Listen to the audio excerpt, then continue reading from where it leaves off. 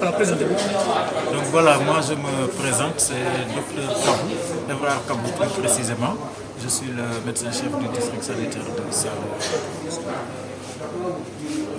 Quelle est la situation de la pandémie dans le district sanitaire de Sarou?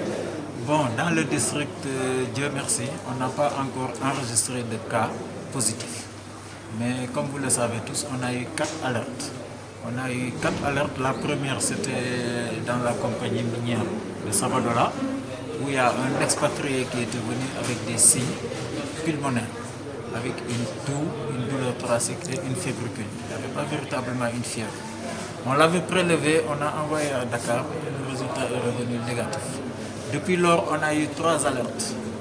La deuxième alerte, c'était une dame, comme vous le savez, qui venait de la France, et qui résidait dans le village de Kondo, qui a présenté aussi les signes, c'est-à-dire une douleur de gorge, une forte fièvre et une douleur thoracique. Il n'y avait pas de toux chez cette dame. On l'a retenue dans notre site d'isolement, on l'a prélevée, on l'a envoyée. Dans un premier temps, on nous a retourné une réponse comme quoi qu'il fallait reprélever, parce que le premier était indéterminé. On a reprélevé cette dame une deuxième fois et le résultat est revenu négatif. Ça, c'était la deuxième alerte. La troisième, c'était un Burkinabé, non, du moins un Malien, qui a présenté des signes pulmonaires aussi. Des signes pulmonaires avec une dyspnée, une douleur de la gorge et une fièvre. On a prélevé ce monsieur aussi et on a envoyé les prélèvements. Mais on l'avait mis en isolement avec 2 de ses accompagnants, n'est-ce pas? Bon, de manière séparée quand même. Ce résultat aussi est revenu négatif et c'était la troisième alerte. La quatrième alerte, c'était tout dernièrement, je pense la semaine passée. C'est un ressortissant de Touba qu'on avait mis en quarantaine. Et il s'est trouvé que son voisin, c'est-à-dire son cohabitant, a présenté les signes. Dyspnée, douleur de gorge surtout, ainsi qu'une fièvre. On a prélevé les 2, puisque l'autre était en quarantaine et son accompagnant a présenté les signes. On a prélevé les 2 et les 2 résultats nous sont revenus négatifs. Donc voilà où on en est par rapport aux alertes. Face à ce cas de fait, quelles sont les mesures préventives que vous comptez mettre en œuvre pour Les mesures préventives, c'est la sensibilisation.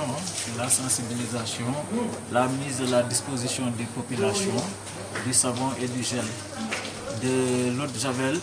Et surtout, on a lancé le slogan dispositif de lavage des mains à toutes les maisons. Et véritablement, beaucoup de maisons le font. Tu viens à la porte de la maison, il y a du savon, on sort.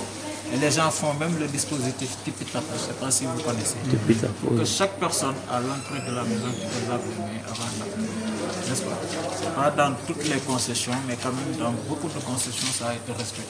Par rapport au mouvement des populations de part de la frontière et de Au mouvement, c'est un peu difficile ici. Mais quand même, on a véritablement la participation des populations et des comités de veille et d'alerte. Les 2 personnes qui nous ont été signalées le 29 avril et qui sont sous surveillance, c'est un cas à Harhena, d'un Malien qui est venu. On ne sait pas par quelle voie il est entré dans le pays. Mais une fois qu'il est entré, les gens l'ont signalé. L'infirmier s'est déplacé et lui a signifié qu'il fallait rester sur place. Ne pas se déplacer, ne pas recevoir des gens, ne pas rendre de visite. On lui a donné des masques et on lui a expliqué tout ce qu'il faut faire pour éviter d'être en contact avec les gens. Évidemment, on l'a expliqué aussi aux gens qui habitent avec lui dans la maison. Mais vous savez, c'est difficile pour les gens d'être tout le temps là-bas. Mais la communauté y participe quand même, parce que c'est le signalement, c'est eux qui le font. Il y a ce cas, et le deuxième, c'était aussi la même date, le 29, c'est à Madina Sabadola. C'est une dame qui est venue du Mali et qui est entrée par la Sangara et qui se trouve à Mali. Bon, l'infirmier s'est déplacé aussi et lui a signifié qu'il fallait qu'elle se mette en quarantaine. D'abord, on lui a même signalé que le fait de traverser le pays d'entrée, c'est une infraction. N'est-ce pas? Tout ça lui a été signifié et jusque-là, on fait le suivi chaque jour. Les préfets ont été avertis et les SEVAC nous aident. Parce que c'est eux qui ont signalé, parce qu'ils ont peur pour leur santé. Ils savent que cette lutte est multisectorielle. Ce n'est pas seulement la santé. Ils sont présentement en isolement. Ils sont en isolement. Bon, isolement, ce serait trop dur, mais ils sont en quarantaine quand même chez eux. Est-ce que le département de Saraya, le district sanitaire de Saraya, on ne souhaite pas, serions-nous face à une autre situation si jamais il se présente? On a eu un cas, le deuxième et le premier cas, c'était des cas presque réels. Hein. C'était des cas où véritablement une forte présomption de positivité. Parce que les signes étaient réels. On a été, en tant que médecin et le biologiste, les gens sont prélevés. On a les dispositifs EPI, on en a en quantité et on a été prélevé dans les techniques de la et on a envoyé des prélèvements. Donc on sera prêt à faire face à un cas parce qu'on a le matériel. Ça, véritablement, on en a assez. Et ces deux-là, vous avez fait les prélèvements, ils sont actuellement en quarantaine. Non, on n'a pas fait de prélèvement. Ils sont en isolement. Ils sont en isolement. Suivi médical comme ça. Suivi ambulatoire. Mais on ne les a pas prélevés. Peut-être que c'est de nouvelles recommandations qui vont venir, n'est-ce pas? Mais on ne les a pas prélevés. Voilà.